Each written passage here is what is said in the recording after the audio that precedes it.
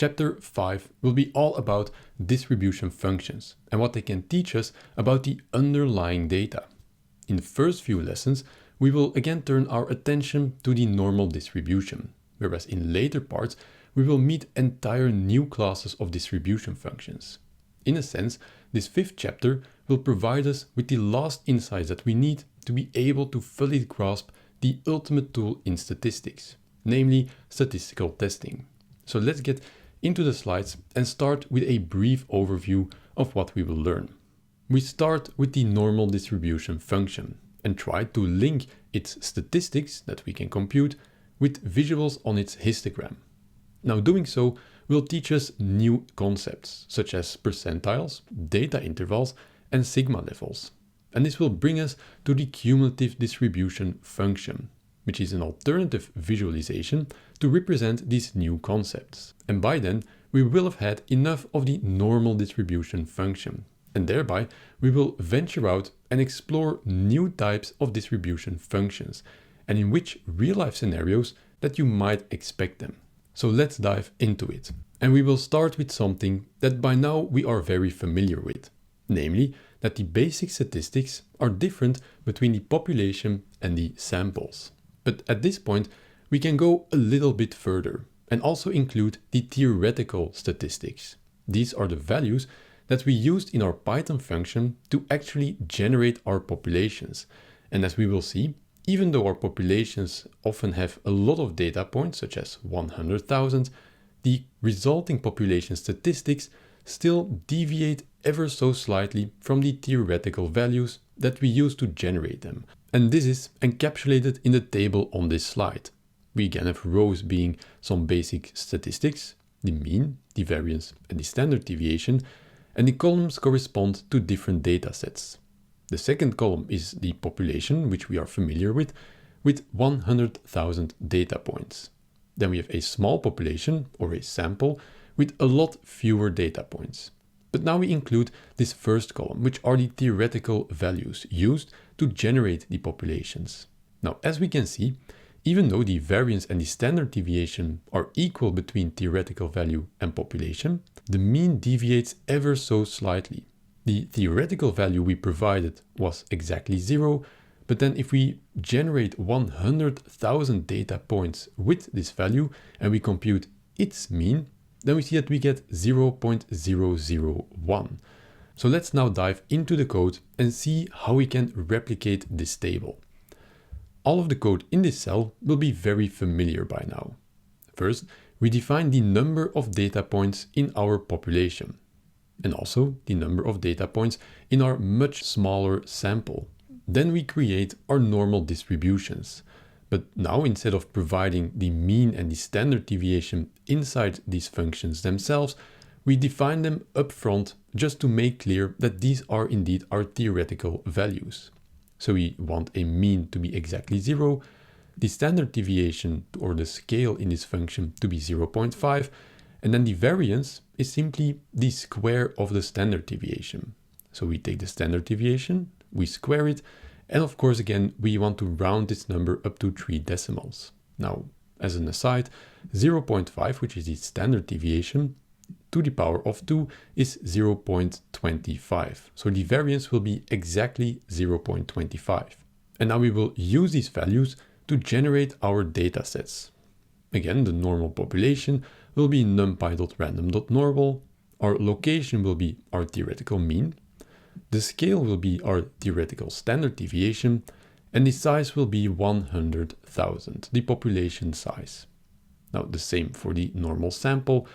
All exactly the same, except of course the size will now be the sample size. Now I know that in previous lessons we made our sample dataset by randomly taking a subset from our population dataset, whereas here we just generate an entirely new dataset just with a smaller number of data points. Now this basically boils down to the same procedure. The only difference is that this sample set might not include values that are actually in our population set. But this is of no consequence for this notebook cell. So now that we have generated our populations, we can compute our statistics. And this is done in exactly the same way as before. The empirical mean for our population is our normal population.mean.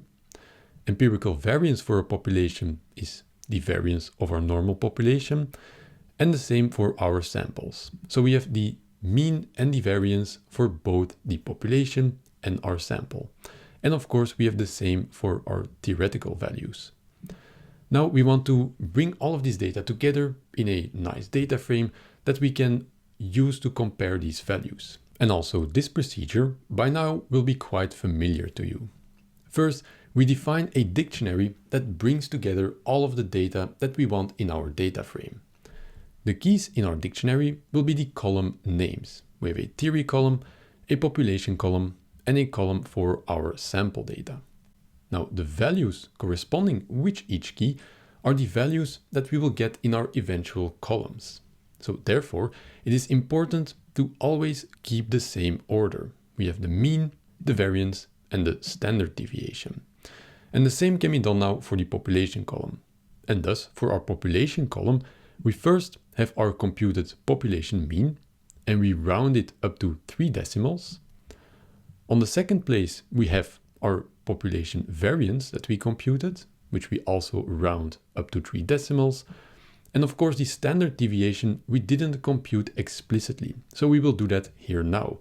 Now remember that the variance is the square of the standard deviation, and thus inversely, the standard deviation is the square root of the variance.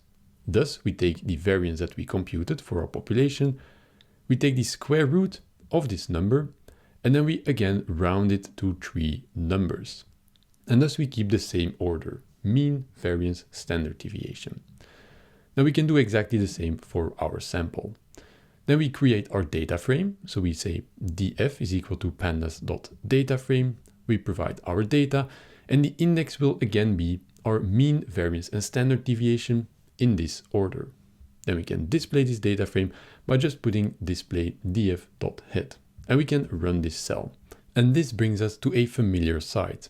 We have a data frame where the rows correspond to some basic statistics that we computed, and the columns correspond to different data sets. Now, however, we have an additional column, the theory column, where the different values are the theoretical values that we used to generate our population and sample. Now, if we run this cell a couple of times, then we see in the last column that our statistics for our sample change from run to run. And this is nothing new. In fact, we already know that the sample statistics will be different from our population statistics. What we do see, however, is that also our population statistics will ever so slightly change from run to run. The only thing that remains constant are the values in the theory column. But this is of course because we define them to be the exact same numbers for each time we run this cell. Now the changing of our population statistics each time we run this cell shows that even though our population has 100,000 data points in it, this still allows for a little bit of wiggle room each time we generate a new random set of 100,000 data points. To fix this issue, we can add 2 zeros and look at 10 million data points and see whether or not our population statistics now also change from run to run. Now, apart from our data frame being generated in a little bit more time, because now we have to generate 10 million data points, we now see that our population statistics are indeed identical to the theoretical numbers that we used to generate these populations. And this showcases that while 100,000 data points might seem like a lot, if you want to get some really precise results, then you will need a lot more data points. What we want to do next is we want to think about how we can link these quantities, these basic statistics that we computed, to a visual representation of our distribution. Because by doing so, we might get a more intuitive understanding of these basic statistics. For instance, if we look at the standard deviation, we know that it is 0.5, but what does this number actually mean for our larger distribution? So let's find out. Now for the mean, this is very straightforward. Because the mean is just a single number, we can represent it on our histogram by just a single vertical line. And this gives us a very visual intuition about what this value actually represents. In particular, for a normal distribution or for any symmetrical distribution, the mean will always be at the exact center of our distribution. So even though we might not calculate the mean explicitly, we still will be able to easily pinpoint it on the histogram of our distribution. Now, this will not be the case for a non-symmetrical distribution, for instance, a skewed normal distribution. Here, we did compute the mean explicitly and visualize it with this dashed vertical line.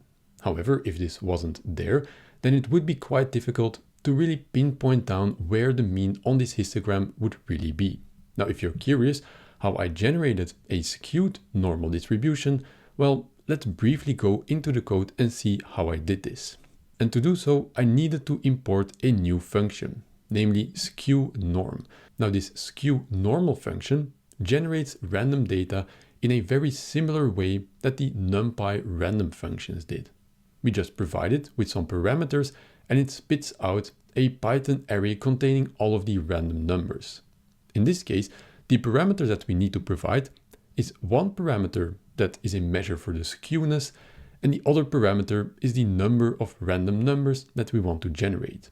Now here, we want to generate two distributions, just to be able to compare them.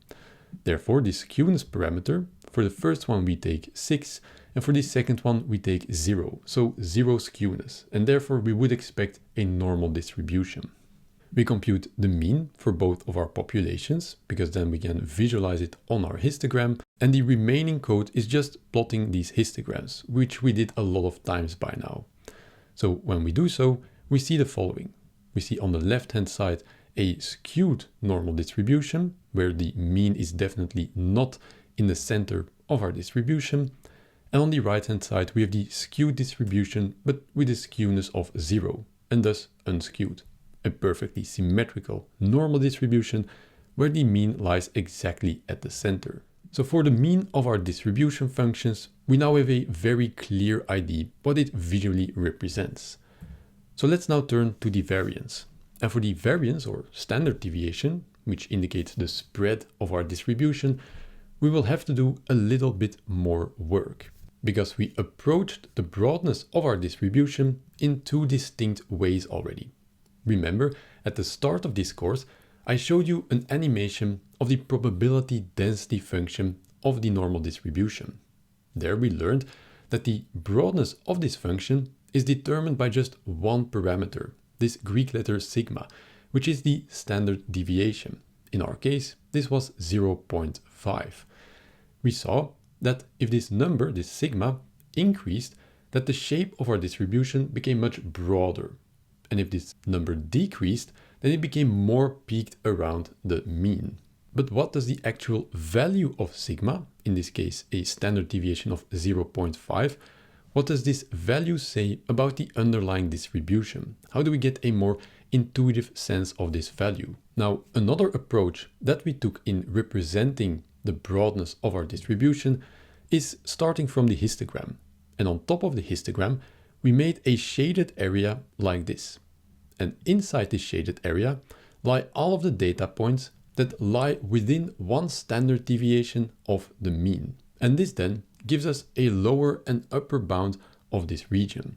So how do we now combine these two approaches together to get a more intuitive understanding of the broadness of our distribution? How do we convert between, on the one hand, a single number, this sigma, or the standard deviation, and on the other hand, a data range? Well, that is what we will learn in the next lesson, and it will bring us to percentages and also data intervals.